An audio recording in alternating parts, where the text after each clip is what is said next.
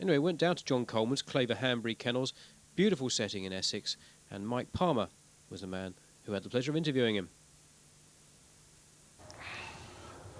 John, you should have had 4 runners in the Derby, but sadly you're reduced to 3 because that's a luckless bit southern lady. Lame once more. Yeah, lame in the shoulder, unfortunately. Went to Scotland. Ran a good trial, same time practically, 1 spot slower than Pineapple Lemon. They met in the first round.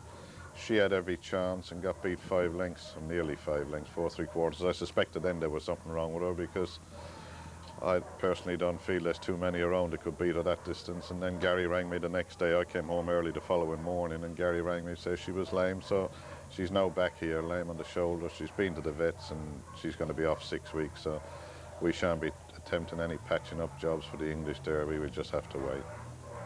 But Irish Derby, should we be ready in time for that? No. You know, I've been talking to the owners about it, and every time we step out of England with one of the host dogs, we hit catastrophe. So I don't think they're all that keen to travel. There's a lot of races here, and we campaign them here now. Which brings us nicely round, of course, to your kingpin, as it were, Squire Delta, also owned by the Holts. Great owners for you as well, by the way. Yeah, very good, very good. Always prepared to buy a decent dog.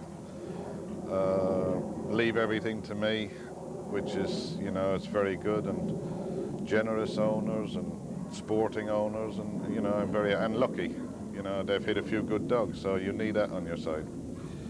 Squire Delta, you laid him off after he ran 3rd in the Arc. It must have been a bit of a disappointment for you. Went to that race, odds on, brilliant in the preliminaries, Yeah.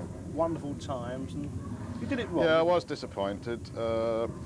Up to the Arc final, he'd won, bearing in mind he was still a pup when he ran in the Arc final, and up to then he'd run from every trap and won from every trap, 2, 3, 4, 5, 6. He'd never been in trap 1, and that worried me. I was hoping before the draw, which you don't often, you know, you're always looking to get trap 1. In this particular instance, I didn't want it, and sod's law, we got it. Bearing in mind that a few weeks earlier he'd been seeded a wide runner, so I felt like it might affect his trapping ability. And unfortunately I was right. I didn't want to be, but I was right. He made a right mess at the start, was a long way behind. You know, I haven't watched the video too often, but he must have been 8 or 10 lengths behind to get beat 2.5 and lead going to the pickup. I mean, I was very impressed, but very disappointed at the same time. He has, and you're on record as saying this tendency when he breaks to duck across to the inside. That must be a worry for him. Well, that is a worry, obviously, because you can get away with that sort of tactic when you're a little bit below your own class, but you wouldn't get away with that in Derby class too easy, obviously.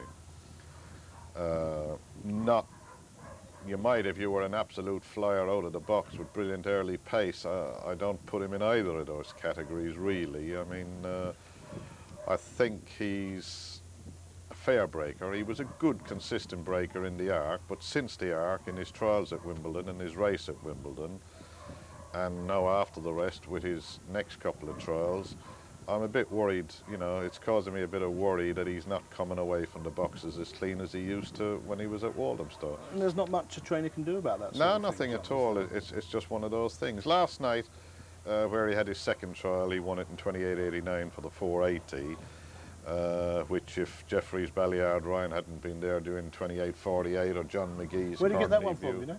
I don't know where he got that from. Sun Race, but then Corney View won a trial stake by 3 lengths doing 28.58, which made our time look more moderate, but Michael has been resting, so the time in itself didn't worry me because I know he can do the time. When he's fit and well, he'll do the time as good as most. One or two people I've heard say about Squire Delta that they think the world of the dog, but they say he hasn't got that initial snap, that extra length to the corner. Now, if I was a trainer and I kept hearing that sort of thing from people, I think I'd run rather short of patience. Now, how do you handle that, and what's your view on that? No, probably, quite honestly, I think I'd have to agree with him. But he probably, well, I know he's not as good as the best. But what the best are this year, I don't know. I mean, there obviously come to light a lot of good early runners, but I would have to think on what I've seen overall because, you know, the races he had at Walthamstow and the early rounds of the Arc, I mean, there wasn't a whole pile of world beaters there, let's be fair, you know, so he's going to move into a higher echelon class-wise when he goes into Derby. But He's got reasonable early, he hasn't got top class early, but he can do what a lot of the early pace dogs can do. He can come from the back as well. He's not reliant on his early pace. Yeah, he's a clever dog, especially going back to the Ark as a puppy. I mean, he was a dog who seemed to use his brain a bit. Yeah, oh yeah, he'll pass inside or outside. I mean, you know, when you're weighing up the Greyhound Derby, I always ask myself sort of a number of questions about the dog. And the questions I've asked myself, this dog answers them all positively, which I couldn't say about a lot of dogs. In other words, like, he's a reasonable starter, he can run the track, he's a good tracker, he'll pass inside or outside, he'll come from behind, he stays the trip. You know, the answers to all those questions is yes. I mean, the one question or anybody else doesn't know at the present time. I mean, plenty of people have opinions, but nobody knows for definite whether or not he's good enough. I personally feel he is. He's your main Derby contender, obviously. You've had two finalists before. Duke of Hazard in 82 ran third, and of course Kilcannon Bullet, who actually won the Ark for you in 89, and he ran second in the Derby. Can you compare this dog at all with the Bullet I was thinking of, rather than Duke of Hazard? Yeah, it's a bit too far away. Yeah, I suppose there's a fair similarity between Kilcannon Bullet and Squire Delta. I mean, Kilcannon Bullet in his early days was very fast to the bend, so was Squire Delta. Kilcannon Bullet wound up not so fast to the bend, but staying on strong, and Squire Delta it seems to be going a little bit the same way. I just wished he maintained the early pace, but he's got some early pace, but as I say, at the moment we're not absolutely certain what type or how good it is. I suspect it's not absolute top class, you know. Would it be fair to say that the same is true of Hypnotic Stag? Again, you've gone on record as saying that this dog has lost his early speed. Well, he's just not going to the bend at all. He still wins the Mistley Trojan. Yeah, he's, you know, with regard to Hypnotic Stag, you'd have to say categorically that his best performances are at Walthamstow, and his away performances don't match his Walthamstow performances. And I mean, you get dogs like that. He's going in the Derby. He's belonged to a Fred Honour, another good owner of mine, a good friend of mine. And I'd love to see him do well, but you know what I've seen so far, it's difficult to imagine him making a big impact on the Derby. Well, you're a man who's been in this business perhaps longer than you care to remember, with the greatest respect, John. Yeah. Why is it, do you think? Do you have any theories why a greyhound can suddenly lose that bit of early zap? No, it's mystifying really, because when Hypnotic Stag first came, Fred bought him himself at Hall Green Sales, chose him himself, he brought him in, he was a bit nervous, but a lovely dog, and right from the start he was showing early foot, barely got the trip, didn't even get the 4.75 at Walthamstow initially. And he stayed like that. He strengthened up and he got the 4.75 just. Then he was getting it strong, and then suddenly he wasn't going to the bend, and he's now running like a dog that will ultimately get 700 yards, albeit he's by Greenfield Fox. So it's quite amazing, but you know, there's no theory to explain why. It's just, you know, it's the old saying, they can't do it both ends. He was doing it at the start and not at the finish. Now he's not doing it at the start, and to a certain degree he's doing it at the finish. Let's move on to your other runner, Jim's Blue. We don't know too much about him. Suffice to say that he was second just the other evening to Pond Tornado, but a winner of that flying saucer of the track in Ireland, Clonmel, John. Yeah, I don't know too much about him either. He's not long here. He's only had 2 or 3 races for us. He's a very good tracker, inside runner, nice looking dog, open to improvement. He'd have more improvement in him than either of the other two. I mean, obviously Squire Delta can improve because he's been resting, but this dog looks to me as if he's got improvement, but again, whether he would measure up to Derby class when the crunch is down, I wouldn't like to say. I can't think of the name, but his brother won that big race at Clonmel, the puppy race, Nicky Kervick's dog. He's a brother of that dog. Is it Ballygar or something? Ballygar Ash. Yeah, very fast this is his little brother. Right, but he's a nice dog, blue dog, nice temperament, railer, ran well last night at Wimbledon, just got outstayed in the last couple of yards to get beat, 29-11, which wasn't fantastic on the night, but they'll be worse than him there, but I wouldn't like to get too excited about his Derby aspirations. Happy with the run against Pond Tornado then? Yeah, he went quite well, yeah. That dog will improve, but you know, as I said to the owner on the phone this morning, obviously he's worth entering in the Derby, but I wouldn't get carried away with his prospects of being good enough to consider like that he would win the Derby. But they are opinions that you'd love to be wrong on, isn't it, really? John, well, officially British summertime started 2 or 3 weeks ago, but as far as the sunshine is concerned, it started today. What marvellous setting for training greyhounds. Yeah, it's beautiful, isn't it? You couldn't beat it, really. I mean, this was set up, you know, the foresight of the people that set this up 50, 60 years ago, 60 years ago probably, because this whole complex was bought specifically to build a racing kennels and houses for the trainers and the dogs of Clapton Stadium in East London, which unfortunately is now closed. And over the years, I suppose this complex has housed some of the greatest greyhounds the sport has ever known. Droming Glory, Lucky Boy and some of those? Yeah, Yellow Printer, Lucky High there. I mean, the list is endless, really. I have a good memory, really, for dogs going back in time rather than the ones that ran last night, but that's a sign of old age, I think. But there have been some fantastic greyhounds here. Fodder Champion, the hurler, all the dogs trained by John Bassett, Drummond Glory, Lucky Joan, all the dogs that Stan Barrett had in the 60s, early 60s, including the Derby winner Lucky Boy. You had Jimmy Jowett with all the champion dogs that he had for George Flintham. Adam Jackson, God rest his soul, all the dogs he had. Paddy Keane, Phil Rees, his father, Philip, who had some fantastic dogs as well. I think Cranach Bet was up here. Sure. So really, if you wrote a history of this place, it would incorporate definitely some of the greatest open race dogs the sport has ever seen. Give me an idea for a book there, John. Interesting yeah, reading. absolutely. Yeah, it would be, because I often regret that over the years, because I've been around this complex with a few years break since 1959. You know, when I came, or from 1960 anyway, when I came first from Ireland, I worked up here, so I really have been here with the exception of a few years break ever since then. So I regret that I didn't make notes over the years of characters and dogs. I can remember a lot of it, but to sort of write a book, you'd need to be more precise, I think. You mentioned, well, I see lots of memorabilia in your kennel, photographs back a few years and more. Yeah, I mean, that jogs the memory a bit, yeah. But it's steeped in greyhound history, this complex. How many runners do you have here, or how many greyhounds at the kennel, John? 80. About, roughly usually about 80 in this kennel. It occurs to me it's an awful lot of dogs, and one of the complaints you sometimes hear is perhaps some of the people who don't know as much as they perhaps pretend to know. But how can a man look after 80 greyhounds? But having said that, I've noticed, and we had a chat earlier, let's let the viewers know that we had a sneak preview, but you have a kennel staff, a full-time staff of 9. Yeah.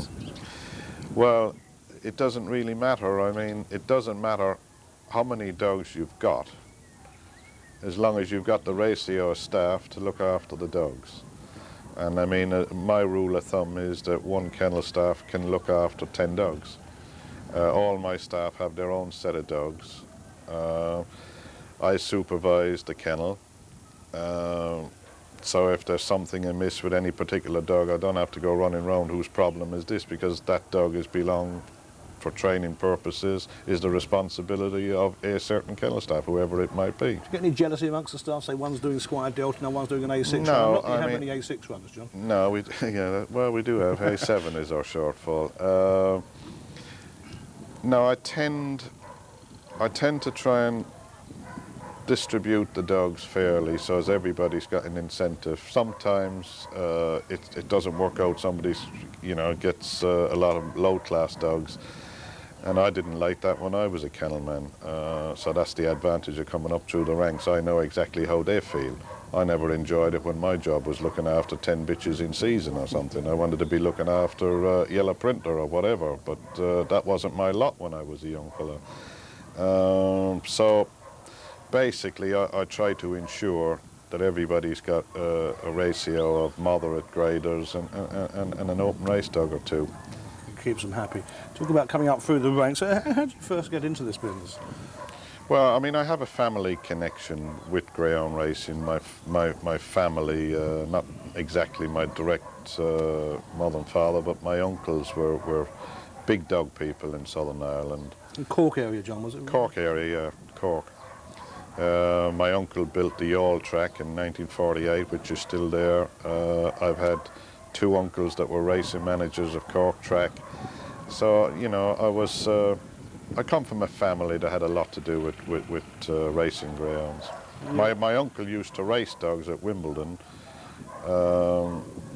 trained by the late Paddy Fortune. He always had dogs at Wimbledon, some good dogs as well over the years. You know, open race dogs, rather than sell them, he used to send them to Paddy Fortune at Wimbledon. I mean, that's way before my time. Obviously, it must be going back into the, I should think, the 40s or something like that. And he used to race them, and then unfortunately Paddy Fortune was killed on Hammersmith Bridge, and he gave up sending dogs to England. You really had no chance from the start, did you, because you was born into it? Yeah, I was born into it. I don't regret it. I mean, it's a great life. There's a lot of aggravation in it. It's a struggle financially always to sort of make things meet. But like everything else in life, you just get in, you get out of it what you put into it. I mean, I pride myself on the fact that the dogs are well looked after. They're well fed, they're well groomed, they're well cared for. It's from early morning until late at night job. And anybody that puts a dog in here gets a run for their money. And, you know, as far as I'm concerned, the chap with the lowest grade dog, his dog gets fed in the same way and looked after the same way as whatever top dog we've got in the kennel. There's some rumours, or not rumours, reports lately that some of the owners are, not yours, I'm not saying that for 1 minute, but taking an awful long time to pay their kennel bills. Do you have those sort of problems, and if you do, how do you get around it? Well, I think it's... you know, I'd like to say straight away that I don't have very many bad debts. In any business, you get some bad debts, but the owners in the main, I know they all pay. Some are slower than others. Some circumstances are different to others. But by and large, in my time in the dogs, and I know it is a problem in other places, but for some reason it's not a problem here. You know, we sometimes have to wait, but we get it. When did you first get your licence? Your first 1966. Were you private? Were you out of Dartford somewhere? Yeah, I was in a. My first venture was renting. My first training venture was I rented a kennel from a chap who had a private licence, Jimmy Clubb, who had he trained. Did you have a good stay in Greyhound one stage? Yeah, what was her name? She won the television. She came in as a reserve and won the television. Chantilly Lace. Yeah, I should have remembered, because that was I called the kennels Chantilly kennels, and I started there, and I got a couple of good open race dogs. One of them was a dog called Fallen Rock, who went to the final of the Scurry Cup in my first few months as a trainer, which helped me enormously because he won some opens and he got a bit of publicity out of it. And before I knew where I was, I'd got a trainer's job at Rumford. I stayed there about 4 years, and then in 1971 I went to Wembley, which obviously at that part of my career I felt elated, really. I mean, Wembley was, you know, the track that everybody wanted to be attached to it. It had a long history. It seemed to be the best place, and it was the best place. So I was pleased to go there. I haven't spent 10 years there, and when the Wembley complex system changed quite a bit, it's not for me to sort of criticise or what happened at Wembley, but there were more important things at Wembley when I left there than greyhound racing. When I went there, greyhound racing was one of the most important things, but life moves on. There was pop concerts and all other sorts of things came in. And athletics track as well now, aren't we there? It's wonderful, isn't it, digging up the athletics track and putting the dogs down every 3 weeks? Yeah, so, I mean, that's business. So that's not my department. It's not dog racing, John? It's not dog racing, no, but I mean, you know, Wembley PLC is a public company. They've obviously got, they don't need my advice anyway, but they've got to do what they've got to do. But I didn't see my future as a greyhound trainer at Wembley Stadium. After 10 happy years, I decided that if I was going to stay in, that I'd be better off moving on. Now, what's happened at Wembley since I moved in the early 80s, I've never thought that I've made the wrong move. Because where you are now, Walthamstow, I mean, it would occur to me, I mean, I'm not a trainer, and I haven't got hands on, as it were, I'm not touching the thing, but to be a trainer at Walthamstow, to me, must be the plum job, I would have thought, in the business. Yeah, I certainly think that. I mean, I've been there 5 or 6 years now. I'm very happy. It's a good management, good racing office staff. There's been a couple of managers there since I've been there, but they treat everybody fairly. And the track is well run. You're allowed to, as long as you're doing your job, producing good dogs and doing what they think is your contract work. There's no aggravation. I've worked in a number of tracks, and there's less aggravation at Walthamstow than any other track I've worked on or been attached to. You know, it just seems to tick over, and everybody is doing their piece. And you don't notice them doing it, but as you say, it just ticks over. Gels. It gels. Yeah, you've got good management, and I suppose that's the bottom line, really. I mean, I could state categorically that I would never ever, if for any reason that I wasn't a trainer at Walthamstow tomorrow, I wouldn't be looking for a job anywhere else.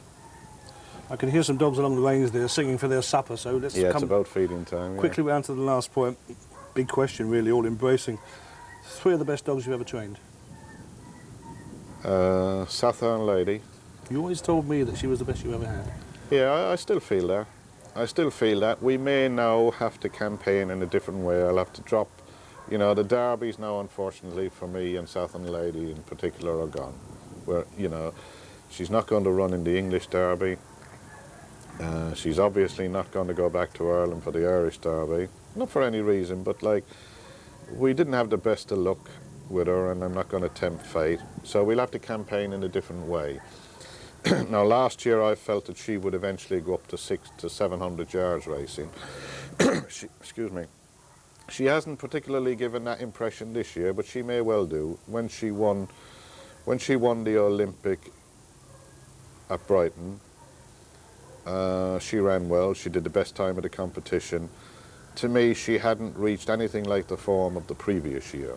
I still felt that there was a lot left, and she wasn't staying on as strong. Now, when she comes back from this injury, it may well be that we will go up in distance. I think the owners would be keen to go back and defend the Tennent's title at Sheffield, which day, all being well, she should be ready. And then we might start thinking in terms of the Grand Prix or something. But she's done enough already. She's won competitions already to prove that she was a very, very good animal. I still think with the proper break from her injury and time to recuperate and a bit of luck, she can do a bit more. Yeah. That's one of them. I didn't realise you were going to ask me this question. The other what about dog, Ace of Trumps? No, he was a lovely dog. He did me a lot of favours.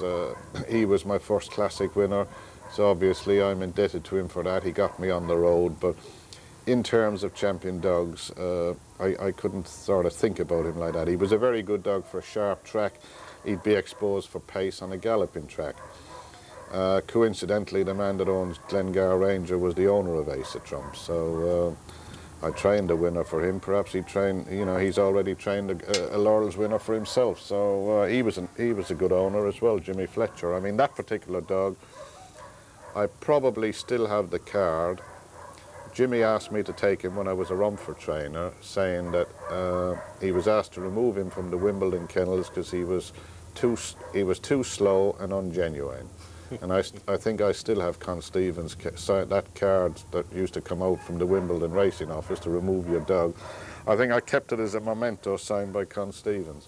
So even the mighty, like the great administrator and judge and racing manager that he was, everybody gets it wrong sometime in their life. So I wouldn't put him in that category, but one dog which would probably be just a name to most people was a dog called Gypsy Jim. I'd have to put him amongst my best 3. He was a little brother of Martown. By a later litter, he was by Myros again, or a Longstown lassie. Absolute fabulous greyhound. Every time he ran, he was 5-2, 3-1 on as a puppy, and unfortunately, I can't remember his exact record now, but he won something like 10 out of 11 and broke his hock when he was 3 or 4 in front of second bend on the old Crayford track. Came back after the broken hock and equalled the sprint record at Rayleigh in his first trial back and broke 2 toes at the same time, and that was the end of him. But he was a fabulous dog. And I suppose I'd have to put, it's very difficult, I've named 2, the others are fairly tight. Duke of Hazzard and Kilcannon Bullet, I suppose, would have to be, if I can make them joint third.